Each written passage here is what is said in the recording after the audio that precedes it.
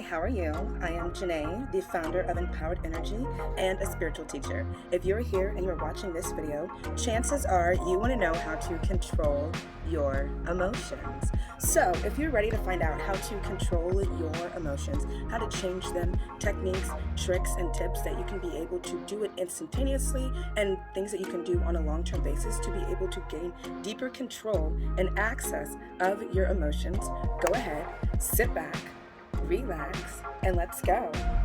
Yeah. I'm living good, I'm living great.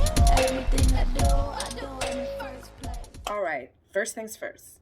If you want to change the way that you feel, you're going to have to change the way that you think. Anytime that you have any negative emotions, you can automatically go ahead and just know you have negative thoughts. Even if they're subconscious thoughts, even if they're thoughts that like you're consciously having and you're aware of in that moment. So if you are having negative feelings, the first thing that you're going to want to do is get into control of what are you thinking. Okay, stop. What are you thinking at that moment? What is coming through? And if you really want to change your emotions in an instantaneous basis, one of the things that you can do is start to think positive. So if something's going wrong, you can be like, everything's fine. Everything's going great. I'm good. I can handle this. I'm calm. I'm fine. Everything's well. All is working out for me. Even if this seems like things are going wrong, I know inside that things are really going right. This is just a little hiccup in the road. You know, kind of just talking to yourself, calming your like self down, doing some like self-talk in your mind, and really getting yourself to truly understand that like, okay, everything's going to end up being fine. And the more that you start saying that and you start thinking that, the more that your subconscious mind is going to start to grab hold of that idea as well, and you are going to start feeling better. Okay, another thing that you can do is start to smile, laugh. That's not really, it is kind of, you can think like, are you suppressing your emotions right now? No, what you're going to try to do is you recognize in that instant moment that you feel a way that you don't want to feel. And you're like, okay, I understand that I feel angry, or I understand that I feel sad. I don't want to feel this. I'm going to stop. I'm going to smile. And actually, I would tell you to stop. Take 6 deep breaths in. Then you're going to smile. And then you're going to say, okay, I'm fine. I can do this. I got this. I can handle this. Right there, just that reset, that's automatically gonna start to make you feel a whole lot better than you did. I promise you, 6 breaths and no affirmations ago. The second thing that you're going to want to do if you are trying to get in control of your emotions, that I definitely highly recommend, and it's going to be something that it's going to have to be a you thing. You can go ahead and like skip this technique in this step. You don't necessarily have to do it, but I do promise you it is going to bring you a lot of value and understanding in the long run. And that is going to be meditating and journaling. I know that meditation isn't something that's really, enjoyed amongst a lot of people, and a lot of people kind of have, just hang up just about the meditation in general and doing it and having to sit down and if they should be sitting down. But in general, I would go ahead and recommend you meditating from at least 10 to 20 minutes a day. That is really going to be a good way for you to start to reset your emotions inside, because sometimes you don't know, but you're going around life and you're interacting with different people and they're telling you their stories and their experiences. They're angry or they're sad or they're this and they're that, and you're picking all that energy up. You're picking up all those emotions and you're carrying them around with you too. So if you take some time in your day to really clear your like self out, really reset, recharge, take a conscious step towards resetting yourself, your subconscious mind is going to take note and is going to say like, oh, we're resetting ourselves now. Okay, we're doing something different now. We're not upset anymore. We're not trying to be sad anymore. We are trying to reset ourselves and focus on something different. And even in meditation, you can focus on something in meditation, something that, a goal that you want to attain, or you can focus on a candle, or you can focus on a flower. Like you can take your attention off of all of these things. But if you want to focus on, something new, like, okay, I want to feel happy. So I'm going to focus on happiness. I'm going to focus on how it would feel. I'm going to focus on what it looks like, what it feels like. Give it a color, maybe a sound. If you were happy, what would you be doing? all of that are things that can be done during meditation. So even like in meditation, it's taking you to focusing off of the negative things that you typically are being exposed to, and starting to actually focus on things that you want, things that are more positive, and it's starting to create a new pathway in your brain, and it's starting to get you in this like new understanding and new normalized way of, okay, I am happy, and I'm trying to be happy on a long-term basis, not just for a short time effect. Also, I would tell you that journaling is just going to help you be able to have a record of understanding how you feel. I recommend journaling every single day, and just journal how you feel, just so you can start to get an understanding and start kind of getting an idea of like, wow, every day I feel really like bad all the time, especially after I hang out with Craig. I feel really bad after hanging out with Craig. Oh my gosh. So the more that you can actually start to get more understanding of like why you have these emotions, instead of just, okay, I just want to fix you being sad. Oh, I just want to fix being mad. Yeah, I want to fix that with you too. But we also need to get a clear understanding. Where are these emotions coming from for you? What are they stemming from? What is the root cause? There is a situation or an experience that has taken place that is keeping you like chasing after these thoughts that are causing these feelings. So if you want to get a deeper understanding of what it is that is kind of causing you to have these thoughts, I highly recommend that you start journaling. Okay, the next thing I would tell you to do when you are trying to get in control of your emotions and change how you feel. The number one thing that I would really tell some of you to kind of do first is to evaluate your diet.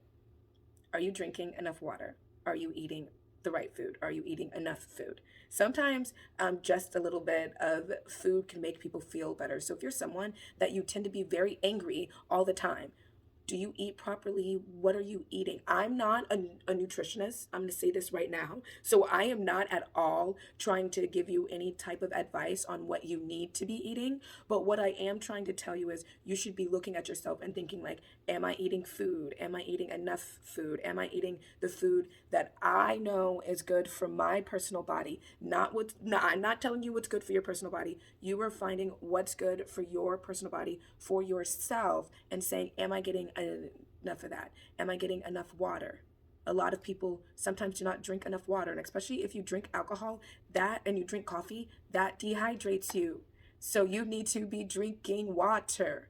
Okay, make sure that if you are someone, by the way, that you do walk around more like angry or even sometimes a little anxious, maybe like looking into like, are you getting the proper things that you need, dietary wise, nutrition wise, to feel good about yourself. And sometimes you'll find out once you eat, you'll actually feel better. If you have never tried it, I highly suggest that you do. And just noting that being aware of what you're eating is going to be, and how much of it and how much you're drinking is going to be a very big way to be able to start to get an understanding of what could be affecting your emotions and where some of your emotions could be stemming from.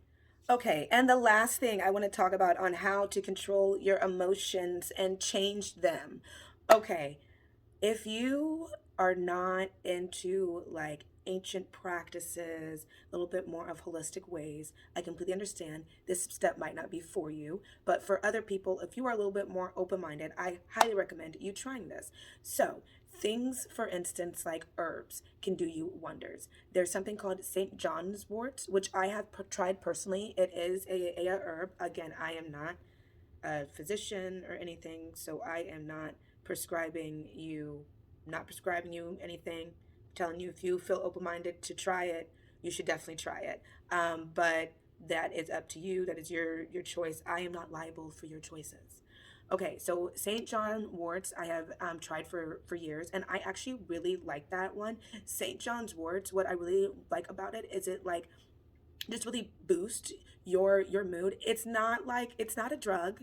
So I don't want you to go in here and think like, oh, we're gonna take this and something's gonna happen. But you are gonna feel lighter. You are gonna feel like, oh, all right, cool. Like I feel better. I feel like calm. I'm not, overly excited or extremely stimulated like in that nature. But I am, definitely in a more positive headspace than I was before taking this.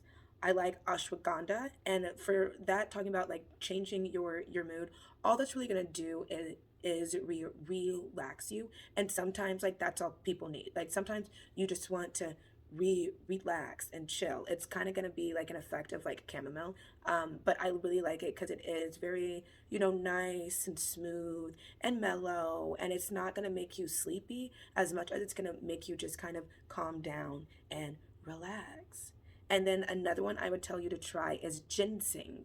Now ginseng is really more for focus, and I would say like that's something, let's say like you're trying to kind of like focus on doing like a project or focus during meditation. I would recommend doing ginseng, and the reason why I would recommend that is because it does help you kind of be able to focus on things. So like if you can be able to shift your focus off of how you're feeling onto doing something else, or you can shift it onto doing, you know, thinking more positively, and it'll help you be able to focus on being positive and zone in on that positivity instead of having all that noise and that back chatter of, you know, that like negative talk in the background. Again, I am not a physician, a nutritionist, a psychologist. I'm none of the ists. I do not ever claim to be. This is stuff that I'm sharing with you that I have worked with clients and students, and I have seen work 1,000 times. People have told me so many times that I've worked with, oh my gosh, Janae, like I didn't think I could actually be happy. I have worked with people that are like, girl, after working with you, I feel so much better. Like when I came to you, like I was so down, I was so broken. I have like worked with people who have felt like very lost, and I've just taught them a lot of these tips and tricks, and they have followed it. Okay, so moving on to crystals as well. I know that for some people that might be a little like, girl, what do you mean crystals? How's that going to change how I feel? So I recommend going to a crystal shop, going around, finding a crystal that you're attracted to, picking it up, holding it, and seeing how it makes you feel. If you can connect with a crystal and it makes you feel better, it makes you feel good, it makes you feel well, I would recommend buying it and carrying it with you.